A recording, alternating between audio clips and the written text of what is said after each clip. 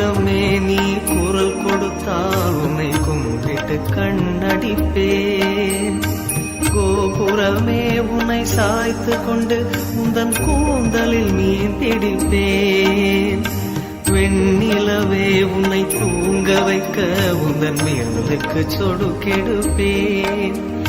வருட வரும் பூங்காற்றையெல்லாம் கொஞ்சம் வடிகட்டி அனுப்பி வைப்பேன். என் காதலின் தேவையை காதுக்குள் ஓதி வைப்பேன். உன்